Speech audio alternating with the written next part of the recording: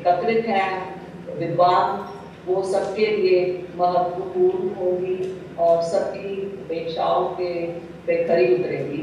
आप सब कि अभी पीछे हाल में ही हमारे वीसी मैडम ने हमारे लाइब्रेरी में पांडुलिपियों को संरक्षित एवं सुरक्षित रखने के लिए 6 एसी जो है वो प्रदान किए हैं, जो कि मैडम आपका बहुत बहुत धन्यवाद है।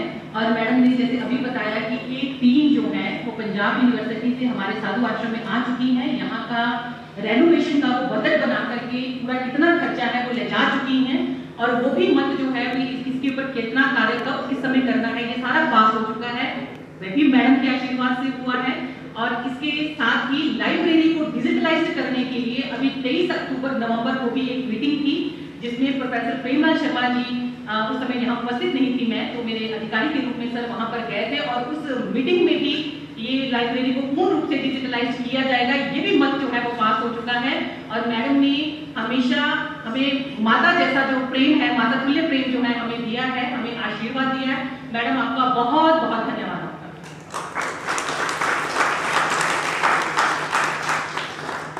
कार्यक्रम को आगे कार्यान्वित करने के लिए मैं पुनः बहुत लंबे समय से अपने जीवन के जीवन दान ही काम किया कह सकता हूँ मैं। ऐसे हमारे आचार्य इंद्रदत्त उनियाल जी, आचार्य वीरेंद्र कुमार अलंकार जी, जो विशेष रूप से आज मुख्य अतिथि के आग्रह पे यहाँ पे हमारे सबको आशीर्वाद देने के लिए आए हैं। सेमिनार की शुरुआत में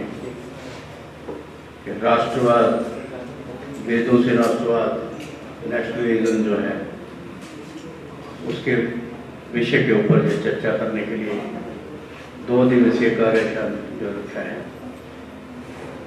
उसमें मुझे भी आप सबको आशीर्वाद देने के लिए मुझे यहाँ उपस्थित होने का सौभाग्य प्राप्त हुआ है।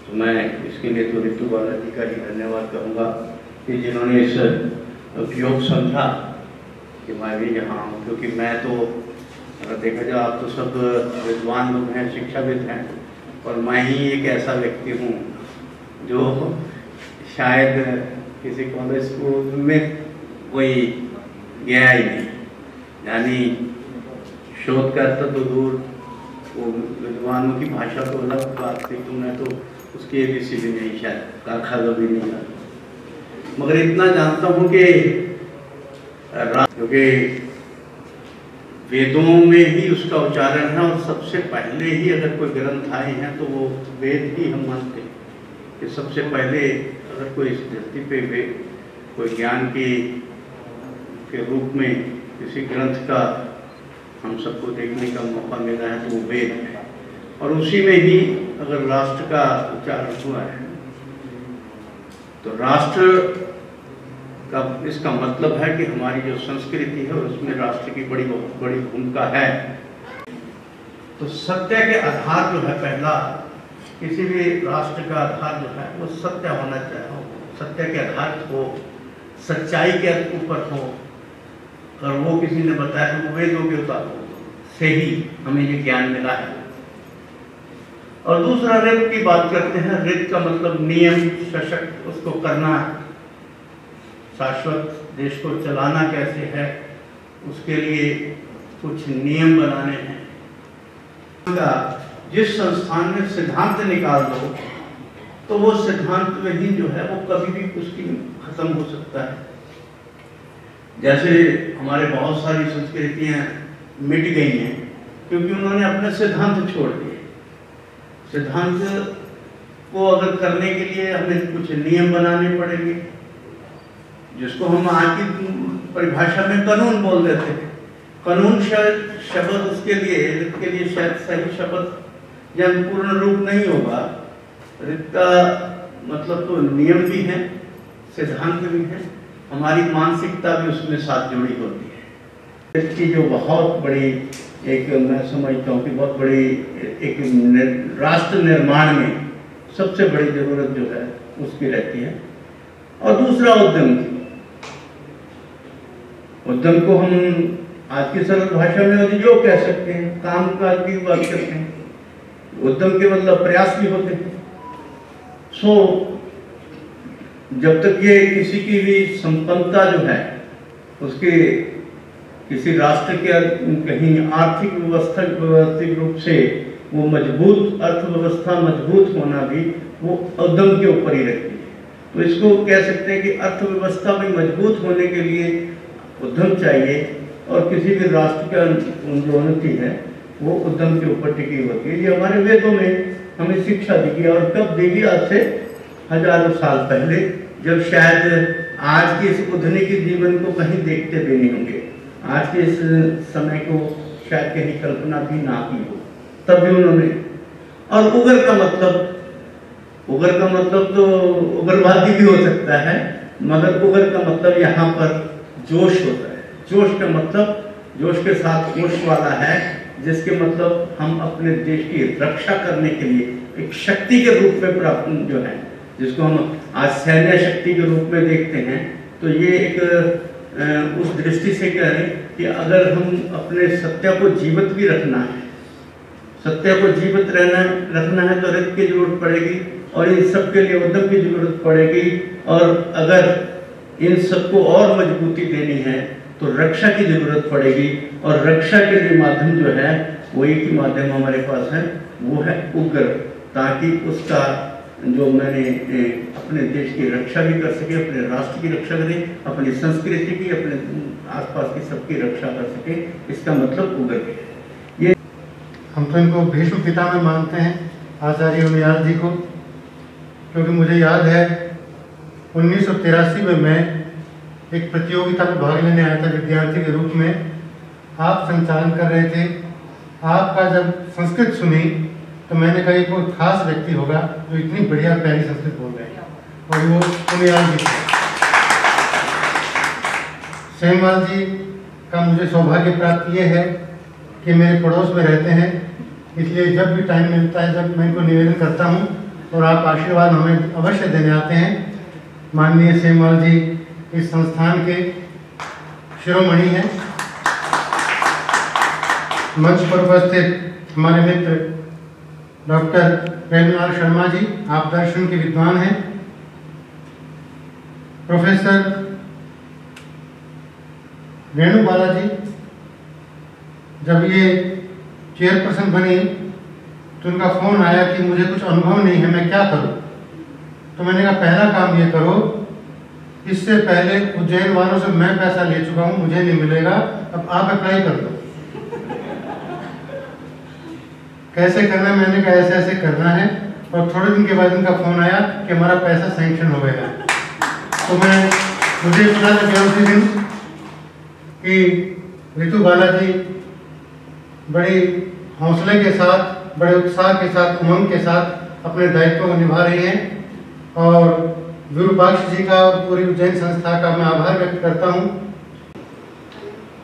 और ये बड़ी चिंता की सही बात है कि कैसे जीना ही पड़ा, हम सिखाते नहीं। और सिखाएं कैसे? क्योंकि हालात ऐसे पैदा हो गए, संस्कृत पढ़ानी बंद हो गई। हमारे यहाँ तो जो पहली बार क्लास में विद्यार्थी आता था, हम बचपन में सिखा दिया करते थे, अभिवादनशीलस्य नित्यं वृद्धोपसेविनः चत्वारि तस्य वर्धन्ते आयुर्विद्या यशोबलम। कि जो बच्चे अपने बड़ों का, अपने माता पिता का, अपने आचार्यों का, अपने बड़ों का सम्मान किया करते हैं, उनकी बातें माना करते हैं, उनमें चार चीजें अवश्य बढ़ेंगी। एक आयु बढ़ती है, हौसला बढ़ता है, आयु विद्या बढ़ती है, यश बढ़ता है, और बल माने आत्मबल बढ़ता है। और यदि मैं यश की बात करूं तो मुझे नरेंद्र मोदी जी याद आते हैं।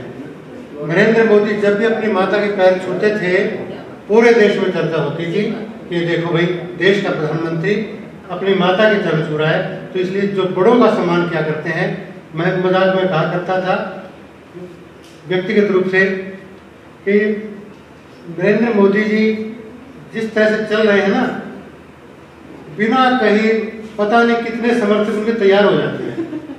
क्योंकि ये जो आचार होता है, आचार बड़ा पे किया करता है। मैं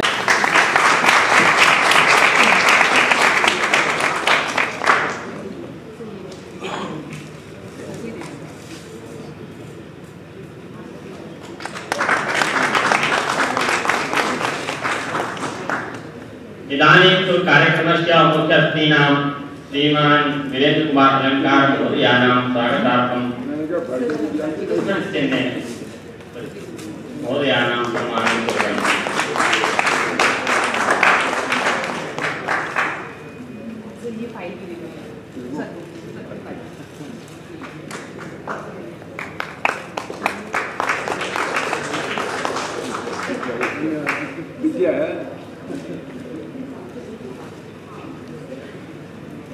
हमारे संस्थान के पूर्व आचार्य ज्ञान वयोवृद्ध हमारे मध्य में प्रोफेसर जगदीश प्रसाद सिंहवाल जी हैं, जो आज भी 83 वर्ष की आयु में भी पुस्तकें लिख रहे हैं। अभी भी उनकी 3 पुस्तकों में काम चल रहा है और आज उन्होंने एक महत्वपूर्ण पुस्तक लिखी है जिसका नाम है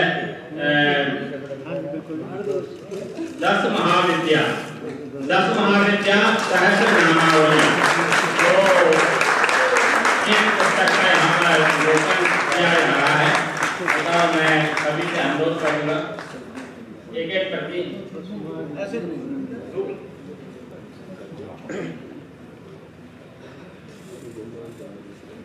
तो पढ़ी नहीं जाएगी, टाइटल बीच में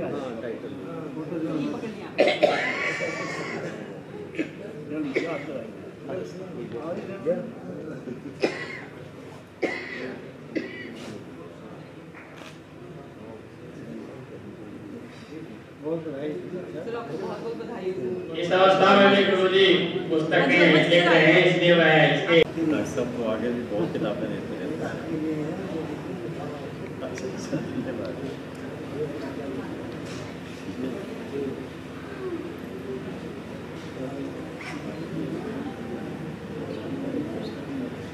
हाँ जी ठीक है, बहुत बहुत धन्यवाद। विभागाध्यक्ष से निवेदन करूंगा कि देगा हमें सम्मान।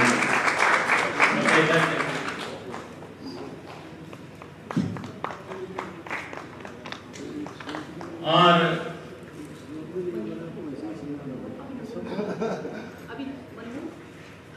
प्रोफेसर इंद्रदत्त उनियाल जी हैं, ये केवल हमारे संस्थान के लिए नहीं संपूर्ण भारतवर्ष में संस्कृत की सेवा के लिए जाने जाते हैं और राष्ट्रपति सम्मान से सम्मानित ऐसे वयोवृद्ध सम्मान हमारे लोगों हैं।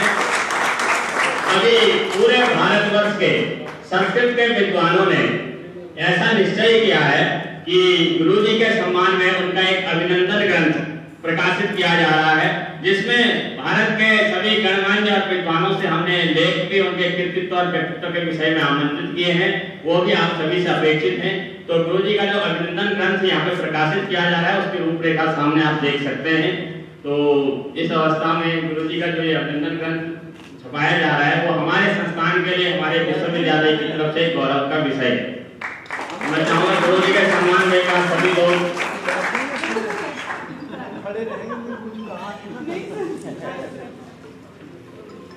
आचार्य कन्हैयालाल पराशर जी से और प्रोफेसर रेणु बाला जी से बहुत प्रेरणा मिली है कि हमारे उनियाल जी जिन्होंने शुरू से 1933 से निरंतर संस्थान की सेवा में लगे हुए हैं, बहुत जीवन के उतार चढ़ाव देखे हैं, बहुत अनुभव ग्रहण किया है और आज भी इस अवस्था में हमारे साथ खड़े हैं।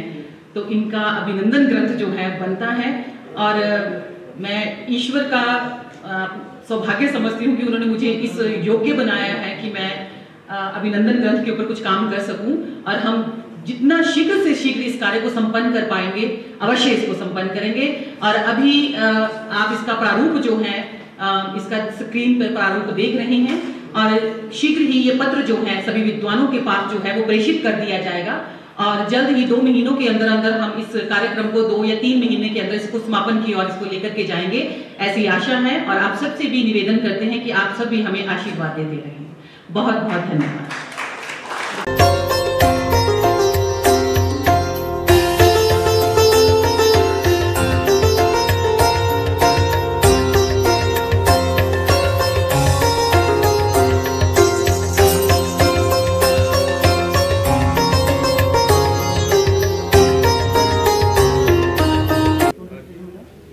वेदों में राष्ट्रवाद पर आज एक संगोष्ठी का आयोजन किया गया।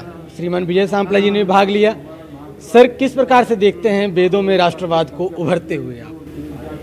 आज यहाँ साधु आश्रम में विश्व बंधु institute of Sanskrit and ideological study के सभागार लाइब्रेरी के सभागार में एक सेमिनार का शुरुआत हुई है, जिसका विषय था कि वेदों में राष्ट्रवाद, राष्ट्र को वेदों की दृष्टि से नेशनलिज्म कैसे कहते हैं। तो मेरा तो ये जो है हमारा मानना है कि राष्ट्रवाद की या राष्ट्र की उत्पत्ति ही वेदों से हुई है, और ये सबसे पहले पुराने ग्रंथों के कारण यहीं से ही पता चला है कि राष्ट्र क्या होता है और राष्ट्रवाद क्या है। नहीं तो एक ज़मीन या इसको भूमि के टुकड़े को देश कहते हैं, और देश को एक नियंत्रण करने वाला राजा या उसी को देखते हैं। मगर राष्ट्र किसे कहते हैं तो उसकी दृष्टि से अगर देखते हैं तो वो वेदों से मिलते हैं। आज उसके उपलक्ष्य में यहाँ एक कार्यक्रम हुआ जिसमें मुझे भी शामिल होने का सौभाग्य प्राप्त हुआ। एक अच्छा कार्यक्रम था और ये अभी 2 दिन और चलने वाला कार्यक्रम है, और आशा करता हूँ इसमें से जो निकल कर आएगा वो भविष्य में हमारा जो है ये भी तय करना होगा कि इसको और आगे कैसे बढ़ाएं, और इसको शिक्षा की दृष्टि से लोगों के बीच में राष्ट्र और राष्ट्रवाद और राष्ट्र प्रेम कैसे उत्पन्न करें, ये इसका मूल रूप से है, और ये आगे जाके एक अच्छा संदेश देने में अपना कामयाब होगा। सर, आज आपने अपने भाषण में एक चिंता भी जाहिर की कि किस प्रकार से परिवार का संयोजन हो या परिवार में एकता का जो संदेश है वो व्याग्र हो या उसका प्रचार हो, प्रसार हो। भाई भाई कैसे रहेंगे, भाई बहन कैसे रहेंगे, इस पर चिंता जाहिर की आपने। किस तरह से आप देश के युवाओं को क्या कुछ संदेश देना चाहेंगे कि जो ज्ञान आप बांटना चाहते हैं, उन तक पहुंचाना चाहते हैं, वो एक सार्थक संदेश उन तक पहुंचे?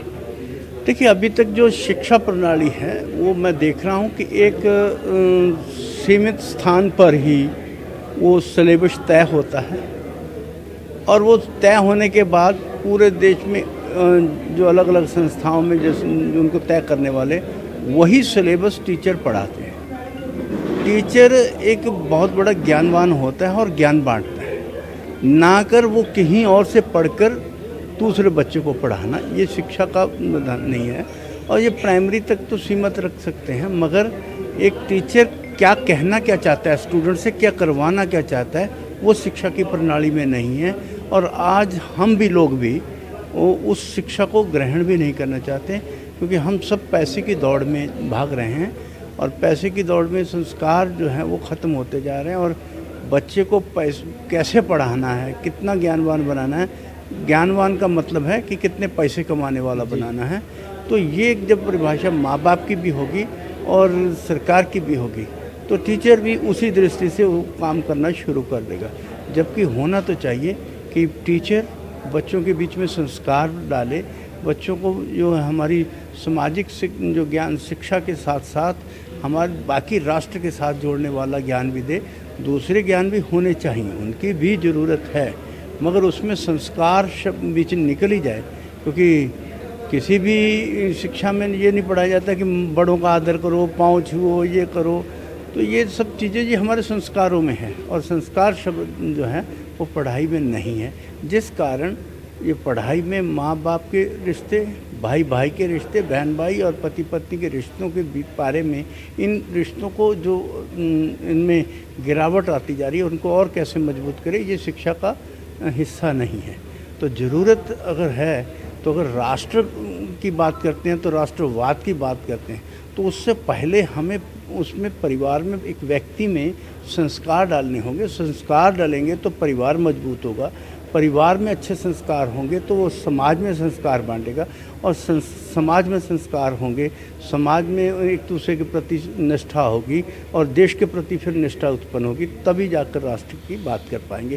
तो ये अभी थोड़ा सा उसके ऊपर मैंने चिंता व्यक्त की है कि अगर राष्ट्र की बात करनी है तो राष्ट्र के प्रति शिक्षा का वो जो है वो भी प्रवाह होना चाहिए। बहुत बहुत धन्यवाद सर। सेमिनार का आयोजन किया गया, मैम क्या कुछ इसके पीछे उद्देश्य है, क्या कुछ लक्ष्य है, क्या दिखाना चाहते हैं या क्या बताना चाहते हैं राष्ट्र को, समाज को, क्या मोटिव रहा है इसका? सर ऐसे हैं कि हम 21वीं सदी में भौतिकतावाद के बढ़ जाने के कारण से मनुष्य परम सत्य से कोसों दूर हो चुका है, जिसके परिणाम स्वरूप समाज में आज अनेक बुराइयां उत्पन्न हो रही हैं। और जब भी उन्हें मौका मिलता है, ये बुराइयां मुंह फैलाए इंसान को निगलने के लिए तैयार रहती हैं, जिनमें से एक बुराई लोगों के द्वारा संकीर्ण राष्ट्रवाद के स्वरूप को समझना ही है। वर्तमान समाज में कुछ लोग राष्ट्रवाद शब्द का ये अर्थ करते हुए नजर आते हैं, लोगों का एक समूह जो परंपरा, भाषा, जातिवाद और संस्कृति के आधार पर स्वयं को एकीकृत करना है, जिससे उनको अपना स्वयं का संभुत्व, राजनैतिक समुदाय तथा राष्ट्रवाद शब्द की अवधारणा स्थापित करने का अधिकार प्राप्त हो जाता है। यही कारण है जिसके कारण से लोग संकीर्ण होते जा रहे हैं। उन्होंने राष्ट्र शब्द को संकीर्ण कर दिया है, जबकि राष्ट्र शब्द संकीर्णता की ओर न ले जाते हुए अपितु आपको विस्तार की ओर लेकर के जाता है। और आज हमारे समाज के प्रत्येक व्यक्ति को ये समझने की आवश्यकता है कि राष्ट्र जो है उसमें जितनी भी हमारी जातियां हैं, जितनी भी हमारी परंपराएं हैं, जितना भी हमारे उसमें कल्चर जो हैं, वो संकीर्णता की बजाय विस्तार का हमेशा मैसेज देती हैं। तो इसका लोगों ने गलत स्वरूप समझ लिया है, और इसके स्वरूप को समझने के लिए चाहे आप वेदों को पढ़ें, चाहे आप गुरबानी को पढ़ें, चाहे किसी भी आप ग्रंथ को पढ़ें, आपको कभी भी गलत जो है मैसेज उसमें कभी देखने को नहीं मिलता है। लोगों ने अपने पर्सनल उसके कारण से इसको स्वरूप बना लिया। तो इसलिए आज हमने इस संगोष्ठी का चयन किया है ताकि लोगों को ये मैसेज मिल सके कि हम सब एक हैं, हम अलग अलग नहीं हैं। हमें एक दूसरे को कष्ट नहीं देना है, हमें एक दूसरे के कष्ट को दूर करना है। ये मैसेज है हमारे इस राष्ट्रवाद का। वेदों में राष्ट्रवाद का उत्थान आप देखते हैं, महिलाओं की कितनी भागीदारी इसमें मानते हैं आप, मानकर चलते हैं? सर, महिलाओं की अगर मैं भागीदारी की बात करती हूँ तो ये हमारा संस्कृत की हमारी ये देन है कि उसने कभी भी आज तक पुरुष और स्त्री में भेद ही नहीं किया है। वो कहते हैं, हमारा शास्त्र कहता है कि पुरुष के उत्थान के लिए स्त्री और स्त्री के उत्थान के लिए पुरुष का योगदान है। किसने कह दिया, किस शास्त्र में ये कह दिया कि स्त्री को आप पीछे कर दें, स्त्री को आगे मत लेकर के आने दें? स्त्री की मर्यादाएं बना दी गई हैं, स्त्री को आगे बढ़ने नहीं दिया जा रहा है। ये स्वयं इंसान की खुद की कल्पनाएं हैं, खुद का उसका ये बनाया हुआ जाल है, जिसके कारण से स्त्रियों को पीछे कर दिया गया है। वास्तव में शास्त्र में ऐसा कहीं भी वर्णित नहीं है, अपितु की महिला के बिना तो, स्त्री के बिना तो कोई भी यज्ञ जो है वो पूर्ण नहीं माना जाता है। तो इन धारणाओं से तो बाहर आना पड़ेगा सर। आज पूरा राष्ट्र आपको सुन रहा है हमारे चैनल के माध्यम से, क्या कुछ संदेश देना चाहेंगे युवाओं को, यूथ को? सर, मैं यूथ को यही बोलूंगी कि आप संस्कृत जरूर पढ़ें, आप सत्य को जानें। ये जो यूट्यूब के माध्यम से, मतलब कुछ सर जिन्होंने कुछ पढ़ा भी नहीं होता है, न जाने कहाँ से कुछ छोटी छोटी इन्फॉर्मेशन इकट्ठी करके लेकर के आते हैं और उससे अपना माइंड सेट कर लेते हैं। ऐसा मत करें। ऑथेंटिक साइट को पढ़ें, ऑथेंटिक पुस्तकों को पढ़ें, और जो जहां जिसमें जो ज्ञान वर्णित है उसको पढ़ें। आप इधर उधर से ज्ञान को इकट्ठा मत करें, एग्जैक्ट पढ़ें आप। बस यही मेरी प्रार्थना है युवाओं से। Thank you so much ma'am, आपने हमें ज्वाइन किया, बहुत बहुत धन्यवाद।